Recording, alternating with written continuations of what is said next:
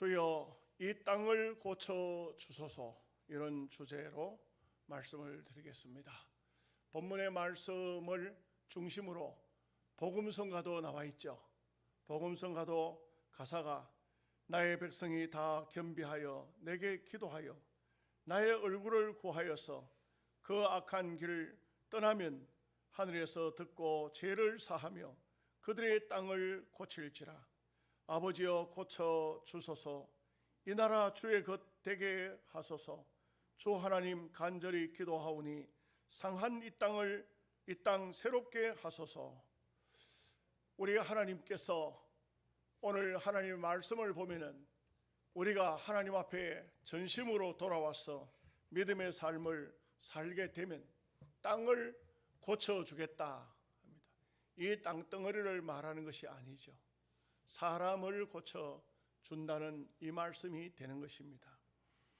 우리나라의 유명한 참 임금 세종대왕을 모르는 사람은 거의 없겠죠. 이 세종대왕이 훈민정음을 반포하려 하자 정창손이라는 사람이 반대를 합니다. 상소를 올렸습니다. 이렇게 말합니다.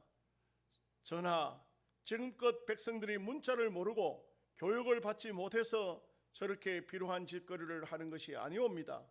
사람은 교육으로 고쳐지지 않습니다. 결국 성현군자는 타고나는 것입니다 라는 상소를 올렸다가 세종대왕이 진노를 한 적이 있습니다. 어쩌면은 우리가 이 땅에 사는 삶은 처음부터 성인군자 따로 있고 평민이 따로 있고 천민이 따로 있는 것이 아니다 하는 얘기입니다. 근래에 새로 나온 책 가운데 그래도 인생은 고쳐서 삽니다 라는 책이 있습니다. 마약 중독자, 도박 중독자, 야쿠자, 정가칠범, 신도 타체야라는 사람의 이야기입니다. 이 사람은 이 세상에 가장 어두운 장소에서 가장 악한 짓을 많이 했다고 해도 과언이 아닐 것입니다. 온갖 못된 짓을 다 하던 사람입니다. 이제 감옥에 들어가면은 그동안 지었던 죄와 더불어서 이 사람은 계속해서 감옥살이 속에서 힘들고 어려운 삶을 살 수밖에 없는데 그 감옥 속에서 복음을 받은 것입니다. 성경을 받았습니다. 1년 가운데 예수님을 발견한 것입니다. 이 사람이 그 감옥 속에서 얼마나 울면서 자기 인생, 하나님이 살아계십니까? 내같이 이렇게 못나고 망가지고 깨어진 인생, 이런 인생도 고칠 수 있습니까? 내 마음 내가 어떻게 할 수 없는데 나를 고칠 수 있겠습니까? 기도하는데 하나님께서 그 사람에게, 신도 타체야에게 음성이 들리기를, 신도 타체야야, 내가 너를 고치리라, 내가 너를 쓰리라. 하나님의 음성이 들려왔습니다. 그는 어금니를 물고 그때부터 마음을 다잡고 기도하고 말씀을 읽고 교도소 생활을 다 청산하고 나왔을 때 그는 신학교를 가서 목사가 되었습니다. 그리고 그는 자기처럼 어두움 속에 살고 있는 사람에게 평생을 바쳐서 복음을 전하겠다고 나서서 복음을 전하는 사람이 되었습니다. 여러분, 이런 야쿠자, 이런 깡패, 이런 사람을 누가 변화시킬 수 있을까요? 조선시대의 정창손이라는 사람의 말대로 할 것 같으면 그런 사람은 아예 안 되는 사람인 것입니다. 그러나 하나님은 인생을 고치고 사람을 고치고 내가 그 땅을 고쳐주리라 했던 것처럼 우리는 하나님 앞에 오면 어떤 인생도 고쳐지는 것입니다. 저희들 어릴 적에 동네 대장간이 있었습니다. 그러면 아버지가 심부름을 시켜요. 호미도 부러지고 낫도 이가 다 빠지고 형편없는 것을 주면서 대장간에 가서 벼라 오락합니다. 그걸 가지고 갈 때 이걸 어떻게 새낫을 만들까? 이것을 어떻게 새로운 도구를 만들까 싶은데 거기에 가져가면 그렇게 달아오른 그 풀무불 속에 그름을 집어넣고 망치로 두들깁니다. 놀랍게도 새로운 도구가 만들어집니다. 우리는 마치 성령의 불도가니 속에 집어넣으면 어떤 인생도 고쳐질 수 있고 새롭게 만들 수 있다는 것입니다. 아예 우리가 성경을 보면은 우리 하나님은 우리를 근본적으로 고쳐버리시는 분이 바로 하나님이시다는 것을 알 수가 있습니다. 평양 대부흥운동은 1907년 사경회에서 길선주 장로가 자신의 죄악을 회개하여 눈물을 흘릴 때에 그 모습이 백성들의 마음, 모든 청중들의 마음에 불을 붙였습니다. 너도 나도 회개하는데 얼마나 그들이 눈물로 기도했는지 한 주간 동안 두 다리를 뻗치고 울었습니다. 하나님, 우리의 죄악을 용서해 주세요. 눈물 흘려 울 때에 한 주간이 끝났지만 부흥 강사 목사님을 못 가게 붙들었습니다. 그리고 또 한 주간이 더 집회가 시작됐을 때에 평양에 놀라운 것은 모든 상점들이 문을 닫았습니다. 예수를 믿든지 안 믿든지 전부 사람들은 교회로 다 몰려가고 그야말로 상점에는 사람이 없고 장사가 안 되는 겁니다. 평양에서부터 이 부흥의 불길이 대한민국에 불을 붙인 역사가 있는 것을 알 수가 있습니다. 하나님, 이 땅을 고쳐주소서.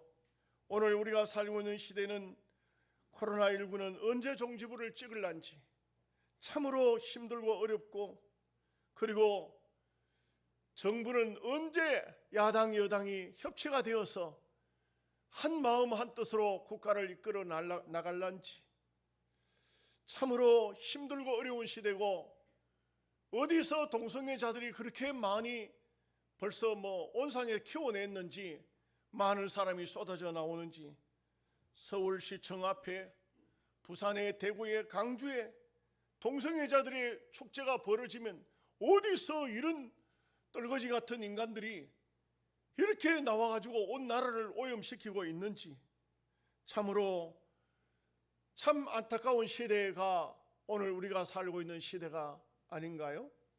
이런 시대에 우리가 해야 할 것은 하나님, 이 땅을 고쳐주옵소서. 우리 장로님이 기도하신 것처럼 대한민국을 하나님께서 쓰시고자 하는데 요 조그만 땅덩어리에서 얼마나 많은 기독교인이 있습니까? 우리 총회에서만 해도 2,500명이나 되는 선교사가 파송이 되어 있는데, 대한민국을 하나님께서 살리시면 세계 민족을 구원할 수 있는 하나님의 귀한 뜻이 계신다는 것을 우리는 잊어버리면 안 됩니다. 대한민국만 사는 것이 아니라 세계 민족을 살릴 수 있습니다. 지금 기독교회가 그래도 부흥이 되고 있고 그래도 명맥을 유지하고 있는 데가 대한민국이라는 한 나라가 있다는 것입니다. 세계의 그 어느 나라도 대한민국처럼 이렇게 열정적인 나라가 없습니다. 그렇기 때문에 오늘 우리는 이 나라 이 민족을 위해서 기도해야 합니다. 첫째로, 하나님께 고침을 받으려고 하면 우리가 선제되어야 할 것이 있는데 악한 길에서 떠나야 됩니다. 이것은 회개를 의미하고 있습니다. 우리가 하나님 앞에 지은 모든 죄를 떠나야 됩니다. 하나님, 우리를 용서하여 주옵소서. 오늘 우리가 새로운 마음을 가져야 합니다. 이 땅 위에 계속되고 있는 이런 징계는, 전염병은 하나님이 손을 대고 있다는 것을 우리는 잊어서는 안 됩니다. 그렇기 때문에 오늘 하나님 말씀은 그렇게 말씀하고 있습니다. 이스라엘 백성들이 악한 죄에서 떠날 때에 하나님은 이 땅을 고칠 것이다. 그렇게 말씀하고 있습니다. 우리가 우리의 죄악을 다 회개해야 합니다. 이사야서 42장 17절 말씀에 조각한 우상을 의뢰하며 부어 만든 우상을 향하여 너희는 우리의 신이라 하는 자는 물리침을 받아 크게 수치를 당하리라. 우리는 전능하신 하나님 한 분만 섬겨야 됩니다. 하나님만이 참 신이십니다. 하나님만이 오늘 천지와 우주 만물을 지으신 분이요, 그분이 세상 만사를 다스리고 계시는 주인이신 것입니다. 인간이 동물과 다른 것은, 동물은 절대로 예배하는 법이 없습니다. 그러나 사람은 알지 못하기 때문에 우상을 섬기고 신이라고 말하는 것들은 별별 것을 다 섬기죠. 오늘 아침에 서울 순복음 조항교회 이영훈 목사님 설교를 듣는 가운데, 인도라는 나라는 백성들도 많고 땅덩어리도 크지만 거기에는, 인도에는 신이 2억 3천이나 있다고 합니다. 일본도 어떤 이영훈 목사님이 일본을 가보니까 남편이 예수를 시원찮게 믿고 부인이 아주 예수님을 잘 믿는데, 그 가정에 가보니까 신이 27개가 있더라고요. 그런데 보니까 예수 신도 그 27개 신 중에 27번째 들어있더라고요. 그러니까 처음부터 무슨 신, 이 남자가, 자기 그 권사님의 남편이 일어나면 아침에 가가지고 그 신 앞에 가지고 전부 절을 하는데, 맨 마지막에 십자가를 걸어놨더라고요. 그러면서 나도 예수 믿는다고 이러더라고요. 이것은 아닌 것입니다. 우리는 이 세상에 어떤 우상도 만들어서도 안 되고 섬겨서도 안 됩니다. 오직 하나님만 섬겨야 합니다. 하나님만 섬기면, 우리가 하나님께서 악한 길에서 떠나게 되면, 죄에서 떠나게 되면 하나님께서는 이 땅을 고쳐주시겠다는 것입니다. 여러분, 사람들 중에 정말 건강한 사람은 어떤 사람인지 아십니까? 부모 쪽부터 예수님을 잘 믿으면, 더러운 우상을 섬기지 않으면 건강한 자녀들이 태어나요.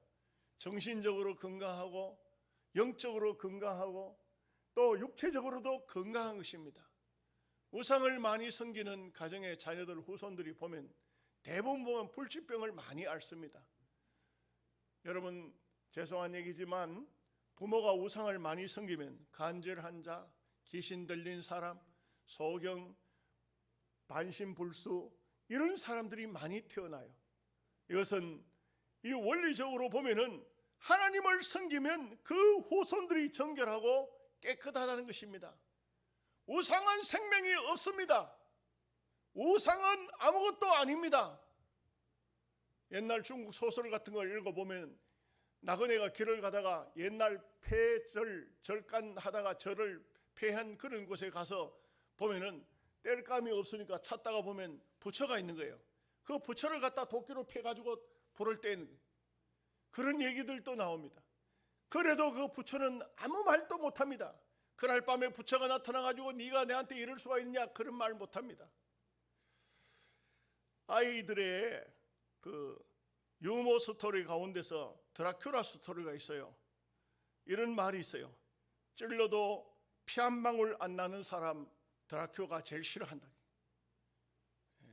두 번째는 피도 눈물도 없는 사람 드라큘라가 제일 싫어한, 두 번째로 싫어하는 사람. 그런 말이 있어요. 이런 우상은 생명이 없기 때문에 거기는 피도 없습니다. 거기는 생명이 없습니다. 이런 우상을 섬기는 사람들에게 하나님은 말씀합니다. 그 악한 길에서 떠나라. 이스라엘 백성들이 가장 큰 문제가 뭐냐면 우상을 섬긴 것입니다. 바알을 섬기고 아세라를 섬겼습니다. 그것 때문에 나라가 망한 거예요.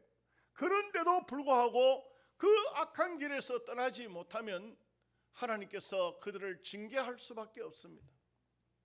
온갖 징계가 다 나타납니다. 오늘 말씀에 보면은 하늘을 닫고 비를 내리지 아니하거나, 혹 메뚜기들에게 토산을 먹게 하거나, 혹 전염병이 내 백성 가운데 유행하게 할 때에 이런 징계가 임합니다. 우리 대한민국에도, 전 세계 민족 지금 속에도 전염병, 이 코로나가 계속적으로 있다는 것은 오늘 말씀을 보면 하나님의 말씀대로 살지 않았다는 증거인 것입니다. 하나님께서 징계하고 계신다는 것을 알아야 됩니다. 골로새서 3장 5절 말씀에 탐심은 우상 숭배니라. 누가복음 12장 15절 말씀에 그들에게 이르시되 삼가 모든 탐심을 물리치라. 여러분 명절 잘 보내셨습니까? 어떤 분이 그런 글을 썼더라고요. 추석 명절을 가지만 추석 명절에는 대한민국이 들썩들썩 한다는 거예요. 왜 그러냐면 집집마다 싸우느라고. 며느리하고 시어머니하고 싸우고 자식하고 부모하고 싸우고. 여러분들은 혹시 안 싸우셨나요? 교회 나오신 거 보니까 안 싸운 것 같아요. 예. 물질 때문에 앤드루 카네기가 이런 말을 했습니다. 사람은 우상을 가지고 있는데 그 우상이 뭐냐? 돈이라는 것을 우상으로 가지고 있다. 물질주의. 네, 우리나라에 많은 기업들이 있는데요. 기업들을 한 번씩 보면은 얼마나 기업주들이 참 그 처음 회사를 세웠던 그 회사의 대주주가 세상을 떠나면 그 자식들이 그 재산 싸움을 얼마나 하는지 몰라요. 롯데도 싸우고 두산도 싸우고 그래도 보니까 그 회사들이 지금도 유지는 되고 있더라고요. 그런데 삼도물산이라는 얘기를 들어보셨습니까? 자취를 감춰버렸습니다. 아버지가 죽고 난 다음에 재계 20위권 안에 들어가던 이 회사인데 둘 형제가 얼마나 싸웠던지 회사도 망하고 자기를 또 망했어요. 돈 때문에.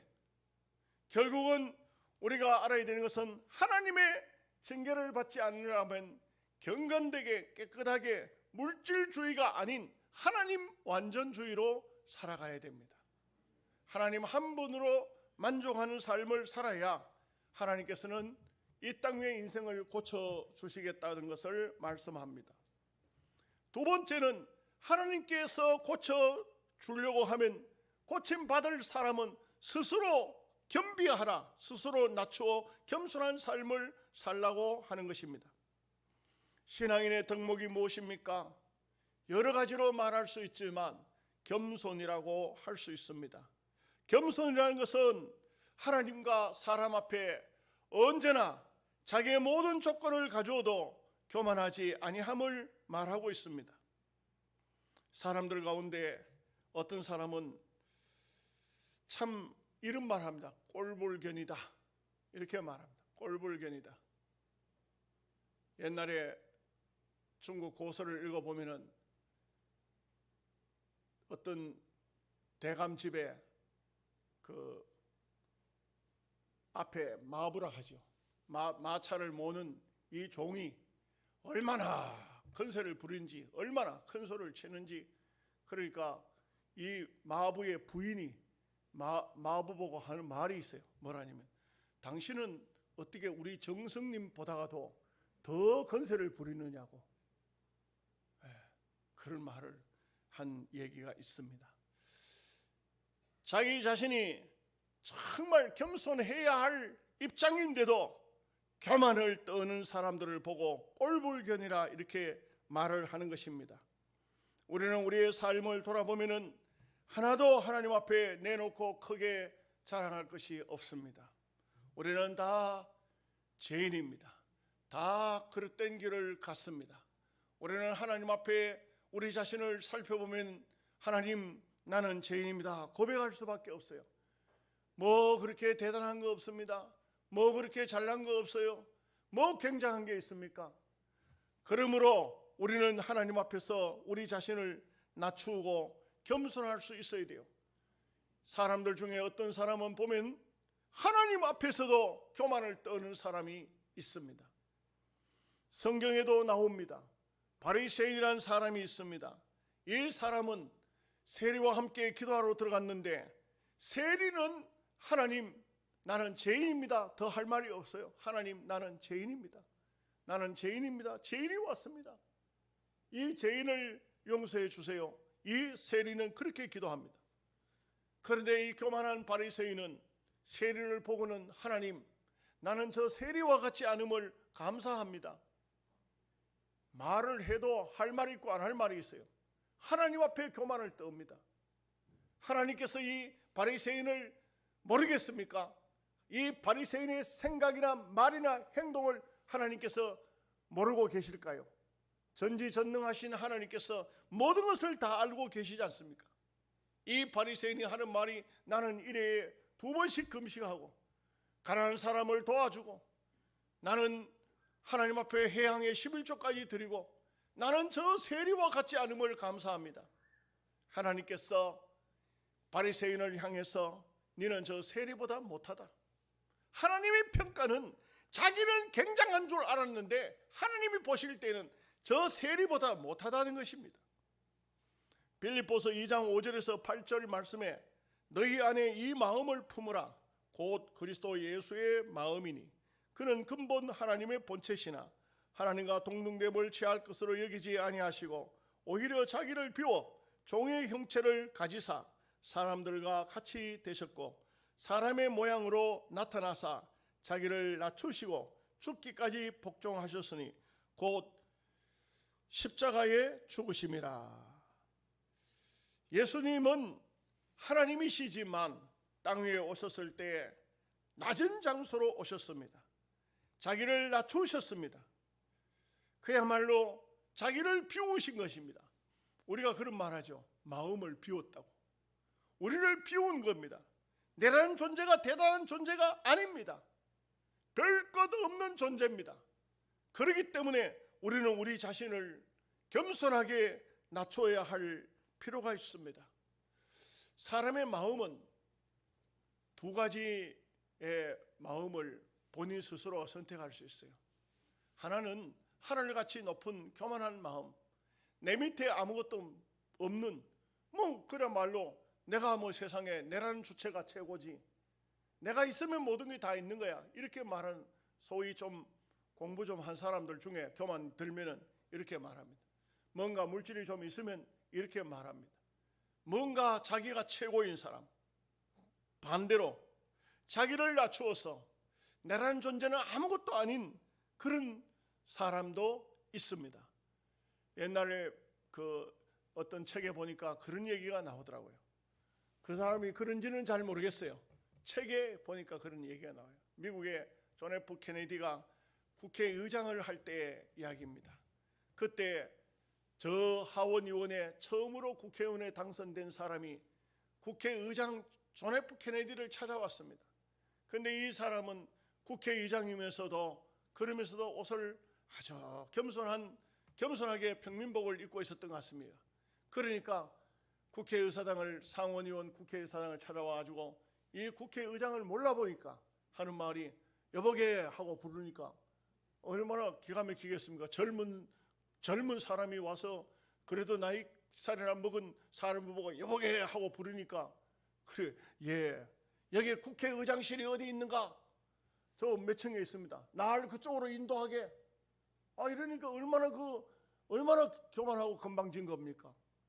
그렇지만 아무 말도 않고 그곳으로 인도해가지고 의장님을 만나러 오셨습니까? 그러네. 아주 반말로 계속적으로 가니까 문을 열어서 주니까 이 사람이 자기가 생각할 때 이 사람은 아마 여기 국회의사당 안에 청소부거나 일꾼쯤으로 생각한 것 같아요. 떡 들어가더니만 의장님이 언제 오실려나 의장 자리에 턱 앉아가지고 지가 의자에 빙글빙글 의자가지고 앉아가 하는 말이 자네는 나가보게 이러거든요. 그러니까 케네디가 하는 말이 의장님을 만나러 오셨다고 했지 않습니까? 그렇지. 제가 의장인데요. 이런 얘기가 참 모르겠어요. 실제로 그런 일이 있었을런지 만들었을런지 모르겠습니다. 이 겸손한 자와 교만한 자의 모습을 그냥 적나라하게 보여주고 있는 것입니다. 우리가 하나님 앞에 겸비하지 않으면, 하나님 앞에 낮추지 아니하면, 하나님 앞에 내 자신을 비우지 아니하면 하나님은 고칠 수 없다는 것입니다. 우리가 하나님 앞에 고침을 받으려고 하면 내 교만한 마음을 낮추어야 됩니다. 나를 깎아내야 됩니다. 내라는 존재는 아무것도 아니다는 것을 알아야 됩니다. 세 번째는 하나님께 고침을 받으려고 하면 하나님의 얼굴을 찾으라, 그렇게 말씀하고 있습니다.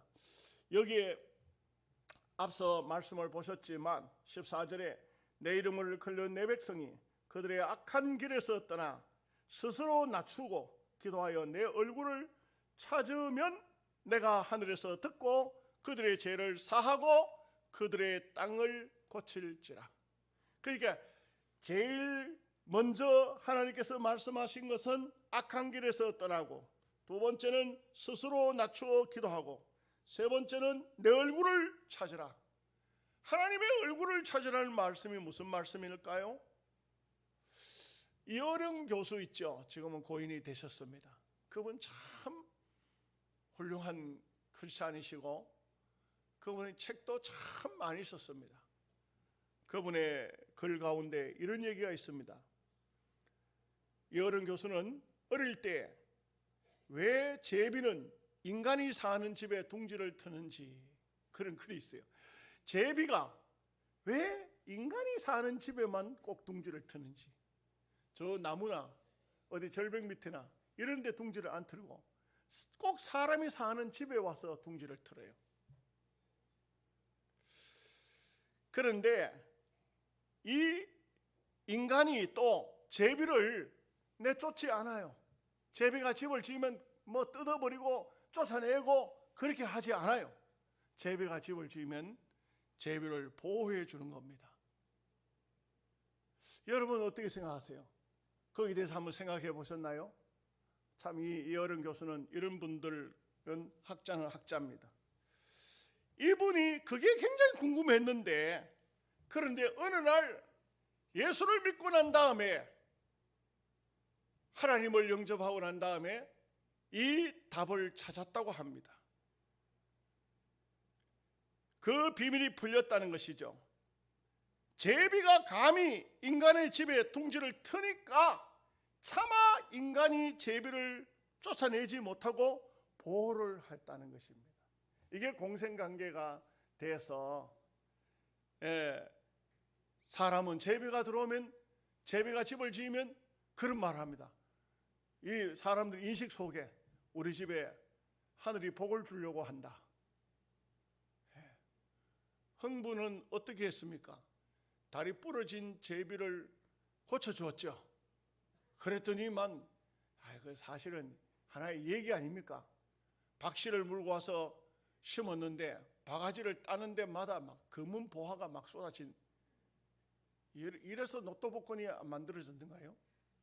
하여간 이렇게 제비가 인간의 집을 찾아와서 둥지를 틀 때에 차마 인간이 그 제비를 내쫓지 않고 제비를 보호함으로써 제비는 자자손손 사람들이 사는 집에 와서 둥지를 틀었다 이거죠. 인간이 자기 처마 밑에 둥지를 트는 새를 보면은 보호해 주려고 하는데, 하물며 하나님께서 하나님의 얼굴을 찾는 자를 긍휼히 여기시지 않겠느냐 이거죠. 이 제비를 통해서 하나님의 귀한 오묘한 섭리를 우리 인간들에게 알려주는 겁니다. 그래서 성경에도 주의 집에서 제비도 새끼 둘 보금자리를 얻었나이다 그렇게 하잖아요.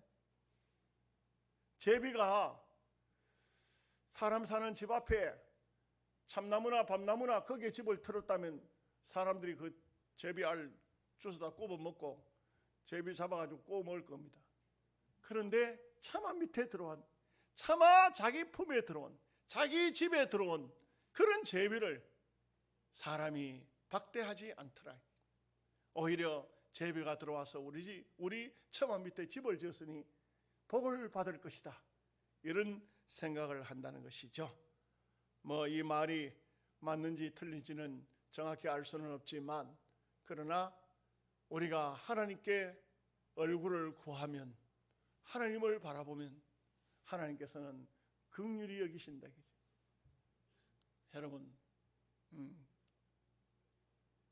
TV를 어제 보는데 뭐 세상에 이런 일이든가 어떤 횟집에서 회를 받아 먹는 개가 있어요. 개가 손님들이 오면은 딱 쳐다보고 있는 거예요. 그러니까 이 손님들이 회를 먹다가 말고 이 손님이 해 먹는데 그걸 눈을 말똥말똥 쳐다보니까 안 줄 수가 없다는 거야. 안 줄 수가 없다. 그래가지고 자기 입에 한 저럼 넣고 개 입에다 한 저럼 넣어주고. 해를 먹는 개가 있어요. 사람의 마음은 누구든지 거의가 비슷한 것 같아요. 자기에게 긍휼을 구하고 자기를 바라보면 그 사람을 뿌리치지 못하는 것이죠. 이것은 하나님의 마음이에요. 우리가 하나님께서 어떤 인생이든지 어떤 사람이든지 하나님의 얼굴을 바란다는 것은 하나님의 긍휼을 바라고 하나님을 바라보면 하나님께서는 그를 물리치지 아니하신다는 말씀인 것입니다. 하나님의 얼굴을 구하라, 하나님의 긍휼을 구하라는 것입니다. 어떤 모습이 있을까요? 출애굽기 33장 9절에서 11절 말씀에 보면 모세가 해막에 들어갈 때에 구름 기둥이 내려 해막문에 서며 여호와께서 모세와 말씀하시니 모든 백성이 해막문에 구름 기둥이 서 있는 것을 보고 다 일어나 각기 장막문에 서며 예배하며 사람이 친구와 이야기함같이 여호와께서는 모세와 대면하여 말씀하시며 모세는 지인으로 돌아오나 눈의 아들 젊은 수종자 여호수아는 해막을 떠나지 아니하니라. 모세는 하나님의 얼굴을 구한 대표적인 사람입니다. 여러분, 모세가 출애굽기 20장을 보면 시내산에 올라가죠. 시내산에 올라가서 하나님과 40일 동안 대면합니다. 그런데 놀라운 것은 모세가 시내산에 올라가서 40일 동안 하나님을 대면하고 내려올 때에 그 얼굴에서 광채가 났습니다. 그 얼굴에서 광채가 났습니다. 여러분, 저는 참 그런 것을 보았는데 정말 하나님을 잘 섬기는 사람은요, 몸도 마음도 깨끗하고 얼굴에서 광채가 납니다. 빛이 납니다. 귀신을 섬기는 사람은 정반대더라고요. 여러분, 귀신 섬기는 사람 잘 못 보시죠? 저는 귀신 섬기는 사람들을 어쩌다가 한 번씩 이렇게 보면은 놀라울 정도로 얼굴이 검어요. 막 블랙홀 같아. 사람을 빨아들일 것 같아요. 겁이 나요. 하나님을 섬기는 삶, 하나님의 얼굴을 찾는 삶. 여러분, 창세기에 보면은 야곱이 자기 형님 에서가 400명의 군사를 이끌고 야복강 나루에서 기다린다는 사실을 정보를 통해서 듣게 됩니다.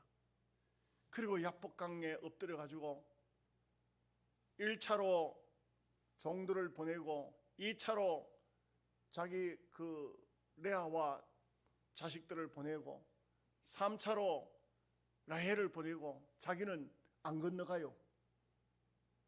1차를 치고 2차를 치고 3차를 칠 동안 여차하면 지 혼자라도 도망가겠다는 거예요. 아주 심보가 아주 못된 놈이에요. 자기 아내까지 자식까지 다 보내놓고 쟤는 안 가고 있어요. 그리고 거기서 밤새도록 어떤 사람을 붙들고 씨름을 해요. 그것은 많은 조석가들이 야곱이 평생 안 하던 기도를 그 야복강 나루에서 생명이 걸린 그 상태가 되니까 기도하였다 이거죠. 밤새도록 기도했어요. 날이 새려할 때 천사가 가겠다고 하니까 안 됩니다. 나를 축복하지 않으면 난 못 보냅니다. 붙들고 늘어지니까 네 이름이 뭐냐? 야곱입니다. 이제는 이스라엘을 하라. 이스라엘 하는 것은 하나님을 이겼다는 거예요. 여러분, 묘하죠? 왜 하나님을 이겼다는 이름으로 바꿨을까요? 여러분들을 누가 이기죠? 우리 장로님들 누구한테 집니까? 안 지지요? 아들한테는 져요. 맞아요, 틀려요?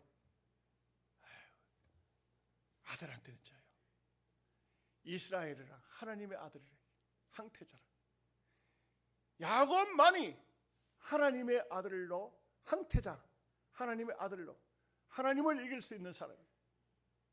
천사가 한도뼈를 쳐서 야곱은 절룩절룩 절었지만 얼마나 이 천사가 쳤다지만 저는 볼 때 자기가 가슴을 치며 자기 몸을 치면서 하나님 앞에 회개했지 않는가. 그런데 묘한 것은 아침이 밝아올 때 동쪽에 태양이 탁 떠오릅니다. 그때 야곱이 한 말이 무슨 말이냐면 분이엘이라. 이게 무슨 소리인지 아십니까? 하나님의 얼굴이라. 그렇게 하면서 하는 말이 내가 하나님과 겨루었으나 생명이 보존되었다. 그래서 분이엘이라. 하나님의 얼굴이라. 이렇게 말씀을 맺죠. 우리가 하나님 앞에 올바른 인생이 되기를 원하십니까? 우리의 삶을 바로 살기를 원하십니까? 하나님을 우리가 바르게 섬기고 바른 인생이 되려고 하면 하나님께 나와서 한 번은 제대로 고침을 받아야 됩니다. 우리의 인격도 생각도 우리의 삶도 우리의 발걸음도 고쳐야 됩니다. 고치지 않으면 교회를 10년 다닌들 20년 다닌들 평생을 다닌들 소용이 없습니다. 다 고쳐서 온전히 고쳐서 자연인 그런 상태가 아니라 거듭난 인생으로 살아갈 수 있기를 주님의 이름으로 축복합니다. 아멘. 기도하겠습니다.